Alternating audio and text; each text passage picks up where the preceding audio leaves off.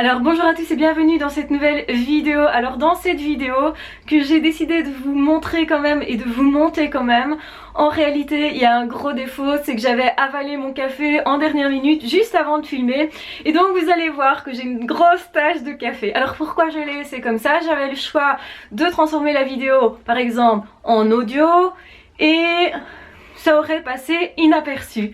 Mais j'ai pris une autre décision qui est de vous montrer la vidéo telle qu'elle est. Pourquoi? Pour vous montrer, pour vous expliquer en images que moi non plus je suis pas parfaite, que je fais énormément de bêtises aussi, que c'est pas grave au fond, que ce qui compte c'est s'adapter et au final de vous dire même si vous ne faites pas des choses parfaites, faites-les. C'est ultra important. Parce qu'en fait, il y a plein de choses imparfaites dans le monde et ça fonctionne quand même. Donc voilà, je vous envoie la vidéo. Ah, ciao, bye bye. Alors bonjour à tous et bienvenue dans cette nouvelle vidéo. Aujourd'hui, nous allons reparler de la perversion narcissique. Plus précisément, nous allons aborder un point qui est capital, qui est essentiel, qui est l'impression de la victime d'être transparent, transparente. Je rappelle que les pervers narcissiques, il y en a autant dans un sexe que dans l'autre. Autrement dit, il y a des hommes, il y a des femmes. Vous pouvez être en prise avec des pervers narcissiques dans différents domaines. Ça peut être l'amour, ça peut être l'amitié, ça peut être professionnel, ça peut être au niveau de la famille. Donc effectivement, en fonction de la position de cette personne, eh bien vous allez vivre des choses un petit peu différentes, mais ce qui se retrouve vraiment, c'est l'impression d'être transparent, l'impression de ne jamais être valorisé, de ne jamais être vu. Vous aurez l'impression de faire des efforts d'une part qui sont parfois même énormes, pour que cette personne vous reconnaisse, pour que cette personne vous écoute, pour que cette personne en fait vous valide d'une certaine façon. Donc par exemple au boulot ça va se déterminer comment? Eh bien on va voir que cette personne est perverse narcissique parce que justement ces personnes ne vous donnent jamais une place, ne vous écoutent jamais, ne reconnaît jamais votre travail et même fait l'inverse. Donc vous prenez la parole, ces personnes se détournent ou bien a un regard désapprobateur, des comportements plutôt fermés. Donc c'est-à-dire n'est pas dans la discussion, dans le dialogue. Vous aurez toujours l'impression en fait de parler dans le vide, de ne pas savoir communiquer. Et vous allez certainement penser que c'est de votre faute, que vous ne faites pas assez bien, que vous allez changer de méthode justement pour essayer de communiquer. Mais tout ce que vous allez faire sera vain. Donc vos idées ne sont pas reconnues ou elles sont reconnues après coup quand d'autres personnes en parlent ou quand cette personne-là reprend vos idées. Donc en fait, votre mérite, il n'est jamais validé.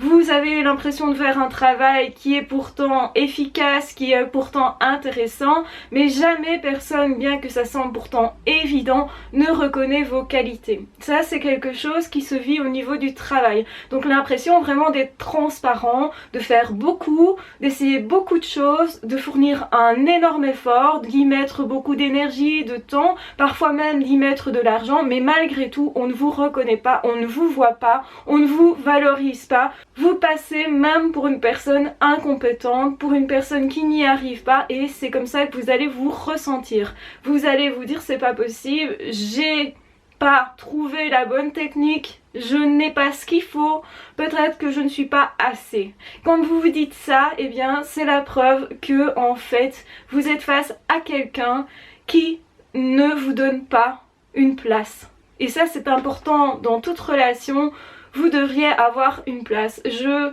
veux dire qu'une relation qui est normalement non toxique est une relation dans laquelle justement on vous écoute. Même si on n'est pas d'accord avec vous, on vous écoute, on vous donne une place. On ne se positionne pas de façon à vous tourner le dos par exemple quand vous prenez parole. Eh bien aussi on vous donne la parole parce que ça pourrait être aussi ne pas vous donner la parole, ne pas vous donner justement des atouts que tout le monde a, donc tout le monde a des techniques que vous n'avez pas reçues ou des explications que vous n'avez pas reçues. Ça c'est dans le milieu du travail. Maintenant au niveau du couple, ça se manifeste comment? Eh bien vous êtes face à une personne où chaque fois que vous dites quelque chose, cette personne lève les yeux au ciel, cette personne répond à côté des questions, répond à côté de la conversation et vous avez l'impression en gros que vous ne savez pas vous exprimer, que vous n'arrivez jamais à dialoguer, que c'est toujours creux et vide, que vos intentions sont mal interprétées, toujours dans un sens négatif et d'ailleurs vous commencez à douter et vous vous dites mais c'est peut-être moi qui m'exprime mal et c'est peut-être moi qui finalement aussi n'ai pas de si bonnes intentions que ça et peut-être justement que ça vous met en colère et vous commencez à avoir des pensées du style oh zut à la fin j'ai plus envie de faire des efforts non plus pour ça parce que finalement ça ne fonctionne jamais. Ce qui est en fait une pensée normale et vous pourriez tout à fait vous dire que le problème est chez vous. Vous savez bien quand il s'agit de perversion narcissique, c'est ce que la personne vous fait sentir, vous vous sentez justement transparent et même dans le cadre du couple. Donc au début on vous porte au nu, donc vous avez cette phase de lune de miel qui peut être très courte, qui peut même être parfois quasi inexistante si vous êtes déjà dans une attente de l'autre, si vous par exemple vous venez de vivre des choses difficiles et vous essayez de vous raccrocher à quelque chose ou à quelqu'un, et bien dans ce cas là vous n'aurez pas tellement cette phase de lune de miel, mais la plupart du temps elle existe, elle est là, elle est faite pour vous attraper, vous appâter, pour vous faire croire qu'effectivement il y a des choses formidables qui peuvent sortir de cette relation là, pour surtout vous faire penser que cette relation là elle est vraiment précieuse, elle est vraiment capitale et que vous avez beaucoup de chance d'avoir cette personne dans votre vie. D'ailleurs généralement c'est ce que les autres vont vous dire, oh quel homme ou quelle femme formidable, tu as de la chance, t'as vu comment cette personne est attentionnée, mais en fait cette personne n'est attentionnée qu'à l'extérieur. Une fois qu'on est dans le foyer, une fois qu'on est seul avec cette personne, qu'est-ce qui se passe? Eh bien cette personne n'est pas du tout attentionnée, cette personne vous fait des reproches masqués, donc le conflit n'est jamais apparent clairement.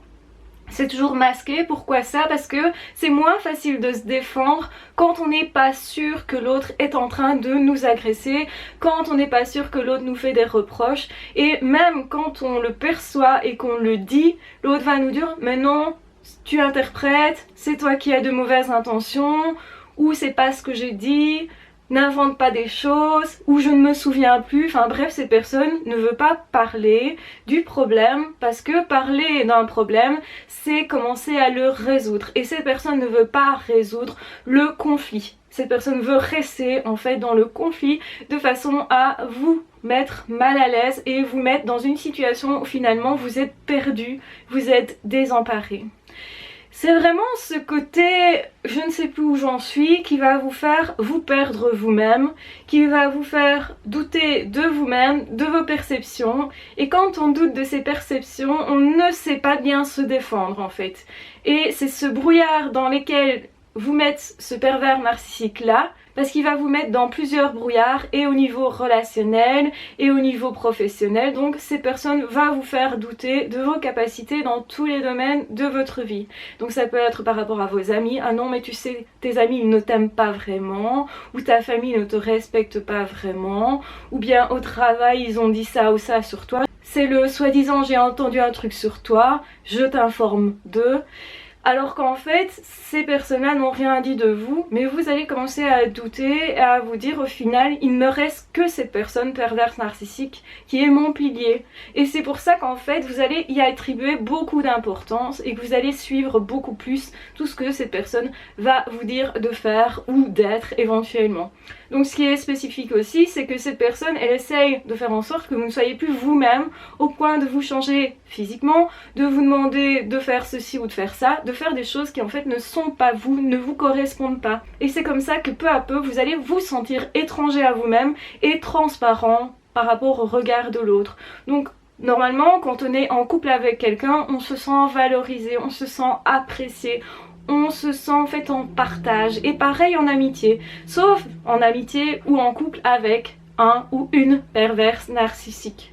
Donc vraiment, cette impression d'être transparent doit vous mettre la puce à l'oreille. Est-ce que je ne suis pas face à quelqu'un qui me manipule, qui n'est pas bienveillant? Est-ce que je ne suis pas dans une relation qui finalement est toxique? Parce que normalement l'amitié c'est parler et parler vrai. Parce que normalement l'amour c'est aussi être en connexion et dans une vraie connexion. Où il y a un échange, où il y a un respect mutuel, où il y a une valorisation mutuelle aussi. C'est-à-dire qu'on ne se met pas en couple avec n'importe qui. On va se mettre en couple avec quelqu'un chez qui on trouve des choses qui nous correspondent, des choses en fait qu'on voudrait nous aussi être, nous aussi vivre. Donc on va choisir quelqu'un par exemple qui est très franc si nous on se sent être peut-être pas assez franc, qu'on n'ose pas assez s'exprimer. On va valoriser chez l'autre en fait ce qui nous manque peut-être chez nous, ou ce qu'on voudrait être, ou ce qu'on voudrait avoir dans nos vies. On va aussi choisir une personne qui nous corresponde, qui a les mêmes passions, qui nous écoute, avec qui on sait partager, avec qui on a une complicité, avec qui on a une joie de vivre. Et justement, c'est avec cette personne qu'on va choisir de dépasser certaines épreuves, parce que justement une personne qui est vivante à côté de nous, qui nous montre des autres façons de faire, va nous aider à dépasser bien des problèmes, va nous changer si vous voulez au niveau intérieur, va nous changer au niveau de nos perceptions, comment on regarde la situation peut être changé parce que l'autre nous dit ah mais moi je vois ça plutôt comme ça, ou dans telle situation voilà ce que j'ai l'habitude de faire et voilà ce qui fonctionne pour moi.